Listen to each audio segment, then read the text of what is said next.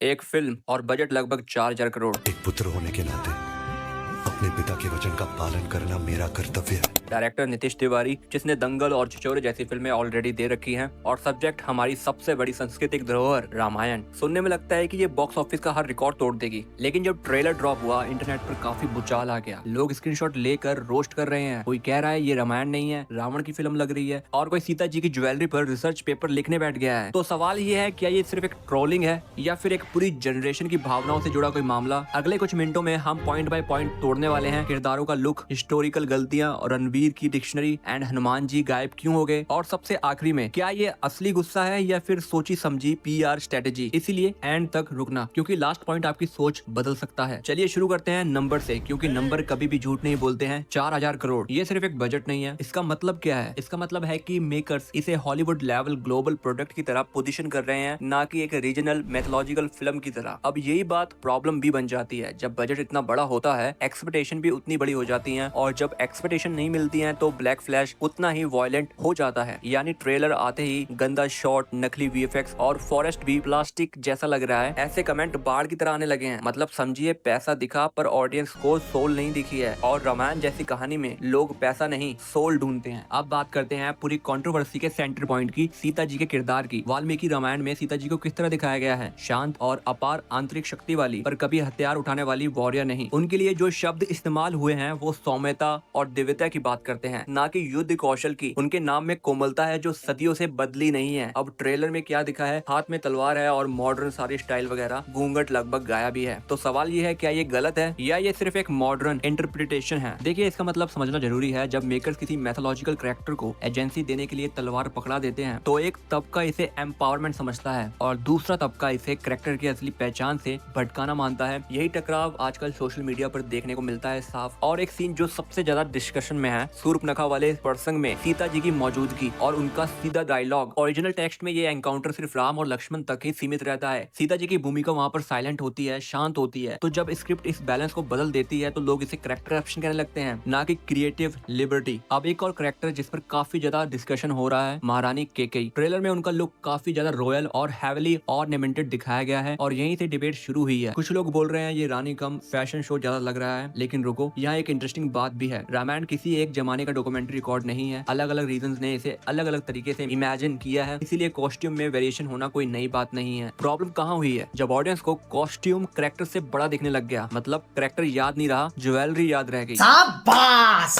और जब ऑडियंस का फोकस कहानी से हटकर कॉस्ट्यूम एनालाइज पर चला जाए, समझ लो ट्रेलर अपना पहला इंप्रेशन लूज कर चुका है। अब आते हैं उस इंसान पर जिसके कंधों पर पूरी फिल्म टिकी हुई है। जी हाँ, रणबीर कपूर। सच बोलूं, अनाउंसमेंट के टाइम काफी लोग एक्साइटेड थे, क्योंकि एक्टिंग के मामले में रणबीर कपूर को अंडर एस्टिमेट करना मुश्किल है। Ranbir was a natural choice. He's a big star, and who knows. लेकिन ट्रेलर आने के बाद सबसे ज्यादा क्रिटिसिज्म किस चीज का हुआ है? उनकी एक्टिंग का नहीं, एक्सप्रेशन का, वो भी नहीं। सबसे ज्यादा बात हुई है वॉइस डिलीवरी और डायलॉग टोन की। रावण तीनों लोगों का स्वामी, मैं अपनी सीता को वापस लूंगा। एक लाइन बार बार सुनने को मिली है कि राम की आवाज में वो शांति फील नहीं हो रही है, और ये क्रिटिसिज्म समझना भी बहुत जरूरी है। श्री राम का कैरेक्टर सिर्फ पावरफुल नहीं होना है, मर्यादा का सिंबल भी है। उनकी बातों में गुस्सा कम और संयम ज्यादा महसूस होना चाहिए। ऑडियंस एग्जैक्टली वही एक्सपेक्टेशन लेकर आई थी। अब ट्रेलर सिर्फ 2-3 मिनट का था, तो इसलिए फाइनल जजमेंट अभी मैं नहीं दूंगा। सेगमेंट 5, रावण ने सबका ध्यान क्यों खींच लिया? फनी बात पता क्या है? जिस फिल्म का हीरो राम है, उस ट्रेलर के बाद सबसे ज्यादा बात किस चीज की हुई है? रावण की। यश का लुक, उनकी स्क्रीन प्रेजेंस, उनका बैकग्राउंड स्कोर, सब लोग उसी की ही बात करने लगे। और ऑनेस्टली ये थोड़ा एक्सपेक्टेड भी था, क्योंकि यश का स्क्रीन ऑरा ऑलरेडी केजीएफ की वजह से काफी बड़ा है। लेकिन यहाँ भी ऑडियंस दो ग्रुप्स में बट गई है। एक ग्रुप बोल रहा है पावरफुल लग रहा है, और दूसरा वाला बोल रहा है रावण ज्यादा स्टाइलिश लग रहा है। यहाँ एक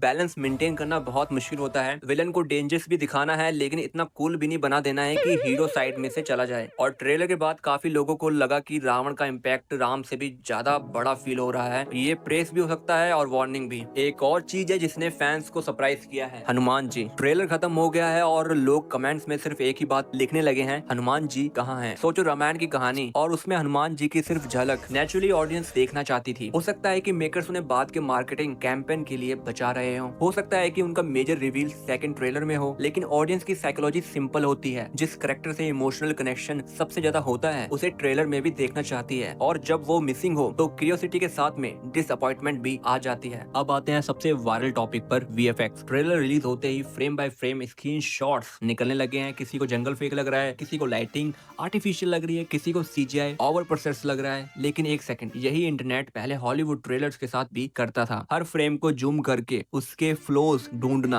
आजकल ऑलमोस्ट ट्रेंड बन चुका है। डिफरेंस सिर्फ इतना है, रामायण जैसे प्रोजेक्ट के साथ ऑडियंस इमोशनली भी जुड़ी हुई है, इसलिए हर छोटी चीज डबल माइक्रोस्कोप के साथ देखी जा रही है। और जब प्रोजेक्ट 4000 करोड़ का हो तो लोग कॉम्प्रोमाइज 0 कर देते हैं। सेगमेंट नंबर 8, क्या ये ट्रेलर सिर्फ फैंस के लिए था? एक इंटरेस्टिंग सवाल। ये ट्रेलर बना किसके लिए था? हार्डकोर रामायण फैंस के लिए या ग्लोबल ऑडियंस के लिए? दोनों को एक साथ सेटिस्फाई करना शायद इस प्रोजेक्ट का सबसे बड़ा चैलेंज है, क्योंकि इंडिया की ऑडियंस मैथोलॉजी को सिर्फ एंटरटेनमेंट की तरह नहीं देखती है, विश्वास की तरह देखती है, और बाहर की ऑडियंस उसी चीज को एक एपिक फैंटेसी एडवेंचर की तरह देखेगी। तो मेकर्स को हर फ्रेम में ये बैलेंस बनाना पड़ेगा। अगर बहुत मॉडर्न बनाओगे तो ट्रेडिशनल ऑडियंस जो है नाराज हो जाएगी, और अगर बहुत ट्रेडिशनल बनाओगे तो ग्लोबल ऑडियंस कनेक्ट ही नहीं कर पाएगी। यही रीजन है कि ट्रेलर देखने के बाद हर इंसान का ओपिनियन जो है अलग निकल रहा है। सेगमेंट नंबर 9, ट्रेलर रिलीज होते ही सोशल मीडिया लिटरली 2 कैंप्स में डिवाइड हो गया है। एक साइड बोल रही है कि बस ट्रेलर है, पूरी फिल्म आने दो, और दूसरी साइड जो बोल रही थी ट्रेलर ही फर्स्ट इंप्रेशन होता है। सच देखा जाए दोनों बातों में लॉजिक है, क्योंकि ट्रेलर का काम ही होता है ऑडियंस को कन्विंस करना। अगर ट्रेलर ही डिबेट बन जाए तो एक्साइटमेंट के साथ डाउट भी क्रिएट हो जाता है, और रामायण जैसे प्रोजेक्ट में डाउट बहुत महंगा पड़ सकता है। सेगमेंट नंबर 10, क्या मेकर्स ने इंटरनेशनली डिबेट क्रिएट की है? अब एक थ्योरी है जो काफी लोग डिस्कस कर रहे हैं, क्या ये सारी कंट्रोवर्सी एक्सीडेंटल है या प्लान्ड है? सोचो, हर सोशल मीडिया प्लेटफॉर्म पर सिर्फ रामायण ही ट्रेंड कर रही है। Reactions video, breakdowns, memes, debates, हर जगह बस इसी की बात हो रही है। मार्केटिंग की दुनिया में एक लाइन बहुत फेमस है, पीपल में forget ads but they don't forget controversy. लेकिन यहाँ एक रिस्क भी है। कंट्रोवर्सी अगर फिल्म देखने की क्यूरियोसिटी बढ़ाए तो फायदा, लेकिन अगर ट्रस्ट तोड़ दे तो नुकसान। और अभी ये कहना मुश्किल है कि ये डिबेट फिल्म के फेवर में जाएगी या अंगेस्ट। सेगमेंट नंबर 11, सबसे बड़ी प्रॉब्लम एक्सपेक्टेशंस। सच बताऊं, मुझे लगता है रामायण की सबसे बड़ी प्रॉब्लम VFX, कॉस्ट्यूम या डायलॉग ये सब नहीं है। सबसे बड़ी प्रॉब्लम है एक्सपेक्टेशंस। हर इंसान के दिमाग में बचपन से अपनी एक रामायण बनी हुई है। किसी ने रामानंद सागर वाली देखी है, किसी ने अमर चित्रा कथा पढ़ी है, तो किसी ने अपने दादा नानी से कहानियां सुनी है। और जब इतनी पर्सनल मेमोरी हो तो कोई भी नया वर्जन ऑटोमेटिकली कंपेयर करना होगा। ये कंपैरिजन अवॉइड नहीं किया जा सकता है, और शायद इसी वजह से ये फिल्म किसी नॉर्मल ब्लॉकबस्टर की तरह जज नहीं होगी। हर सीन, हर डायलॉग, हर एक्सप्रेशन माइक्रोस्कोप के नीचे होगा। सेगमेंट नंबर 12, अब असली टेस्ट ट्रेलर का नहीं है, फिल्म का है। अभी तक हमने सिर्फ ट्रेलर देखा है, फिल्म नहीं। ट्रेलर गलत इंप्रेशन दे सकता है, और कभी कभी एवरेज ट्रेलर के बाद मास्टरपीस फिल्में भी, इसीलिए फाइनल जजमेंट देना अभी जल्दी हो जाएगी थोड़ी। लेकिन एक बात पक्की है, रामायण अब सिर्फ एक फिल्म नहीं रही है, ये 2026 की सबसे बड़ी डिस्कशन बन चुकी है, और शायद मेकर्स भी ये बात अच्छी तरह जानते हैं। सेगमेंट नंबर 13, अब सबसे बड़ा सवाल, इतनी ट्रोलिंग, इतनी डिबेट्स, इतने मिक्स रिएक्शन, क्या ये सब फिल्म को नुकसान पहुंचाएंगे? अगर तुम हिस्ट्री देखोगे तो कभी कभी कंट्रोवर्सी फिल्म को और भी ज्यादा बड़ा बना देती है। लोग सिर्फ इसलिए टिकट खरीदते हैं कि देखते हैं कि आखिर इतना बड़ा हल्ला किस बात का है। लेकिन हर कंट्रोवर्सी पॉजिटिव नहीं होती है। अगर ऑडियंस थिएटर से बाहर निकलकर वही कंप्लेंट्स रिपीट करे तब प्रॉब्लम शुरू होती है। इसलिए मेकर्स के लिए असली चैलेंज अब ट्रेलर नहीं है, फाइनल फिल्म है। सेगमेंट नंबर 14, मार्केटिंग टीम का अगला स्टेप क्या होना चाहिए? अब अगर मैं मेकर्स की जगह होता तो सबसे पहले क्या करता? मैं सेकंड ट्रेलर में वही चीजें हाईलाइट करता जिन पर ऑडियंस ट्रस्ट कर सके। राम और हनुमान के emotional moments, strong dialogues, natural VFX shot, और कम से कम अननेसेसरी CGI, क्योंकि अब ऑडियंस को कन्विंस करना इम्प्रेस नहीं है। एक बार ट्रस्ट वापस आ गया तो बाकी मार्केटिंग अपने आप काम करेगी। सेगमेंट नंबर 15, ऑडियंस की सबसे बड़ी डिमांड। इंटरेस्टिंग बात यह है कि ऑडियंस इम्पॉसिबल चीज मांग ही नहीं रही है। लोग बस ये चाहते हैं कि कैरेक्टर्स वैसे ही फील हो जैसे बचपन से इमेजिन किए हैं, चाहे VFX हॉलीवुड लेवल का हो या ना हो। अगर इमोशन सच्चे लगे तो ऑडियंस बहुत कुछ माफ कर देती है, लेकिन इमोशन फेक लगा तो 4000 करोड़ भी काम नहीं आएंगे। सेगमेंट नंबर 16, सोशल मीडिया का असली पावर। एक और चीज नोटिस की होगी, पहले रिव्यूज सिर्फ क्रिटिक्स देते थे, अब हर व्यूअर क्रिटिक है। एक स्क्रीनशॉट, एक रील, एक ट्वीट और पूरी नैरेटिव चेंज हो जाती है। इसीलिए आजकल ट्रेलर सिर्फ यूट्यूब पर रिलीज नहीं होता, सोशल मीडिया की कोर्ट में रिलीज होता है, और उस कोर्ट का का डिसीजन कभी कभी बॉक्स ऑफिस से भी ज्यादा डेंजरस होता है। सेगमेंट नंबर 17, रामायण की सबसे बड़ी स्ट्रेंथ। इतनी क्रिटिज्म के बाद भी एक चीज कोई डैनी नहीं कर सकता, रामायण का ब्रांड।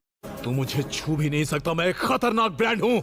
ये सिर्फ इंडिया की नहीं, दुनिया की सबसे पावरफुल स्टोरीज में से एक है। हर जनरेशन इसे दोबारा देखना चाहती है, हर जनरेशन अपनी रामायण इमेजिन करना चाहती है, और इसी वजह से इस फिल्म के पास अभी भी एक बहुत बड़ा एडवांटेज है। अगर कंटेंट स्ट्रॉन्ग निकला तो सारी ट्रोलिंग एक हफ्ते में खत्म हो जाएगी, और अगर फिल्म एक्सपेक्टेशन पर खरी नहीं उतरी तब सिर्फ एक मूवी फ्लॉप नहीं होगी, लोग फ्यूचर मैथोलॉजिकल प्रोजेक्ट्स पर भी डाउट करना शुरू कर देंगे। इसलिए ये सिर्फ नितेश तिवारी की फिल्म नहीं है, ये पूरे इंडियन मैथोलॉजिकल सिनेमा के फ्यूचर का टेस्ट भी है। प्रेशर बहुत बड़ा है, और मेरा पर्सनली थॉट है कि मैं पर्सनली एक चीज मानता हूँ, ट्रेलर देखकर ओपिनियन बनाना नॉर्मल है, लेकिन एक फाइनल जजमेंट फिल्म देखने के बाद ही होनी चाहिए, क्योंकि ट्रेलर ऑलरेडी एक मार्केटिंग होती है और फिल्म स्टोरी टेलिंग, और दोनों हमेशा सेम नहीं होते हैं। तो अब तुम बताओ, ट्रेलर देखकर तुम्हारा फर्स्ट रिएक्शन क्या था? क्या कंट्रोवर्सी ओवर रिएक्शन है, या ऑडियंस के क्वेश्चंस जेन्युइनली वैलिड हैं? कमेंट्स में अपनी ओपिनियन जरूर बताना। अगर वीडियो पसंद आई हो तो लाइक करना, और ऐसे ही डिटेल्ड ब्रेकडाउन्स के लिए हमारे चैनल को सब्सक्राइब कर लीजिए। मिलता हूँ जल्दी एक बढ़िया सी वीडियो में। Take care,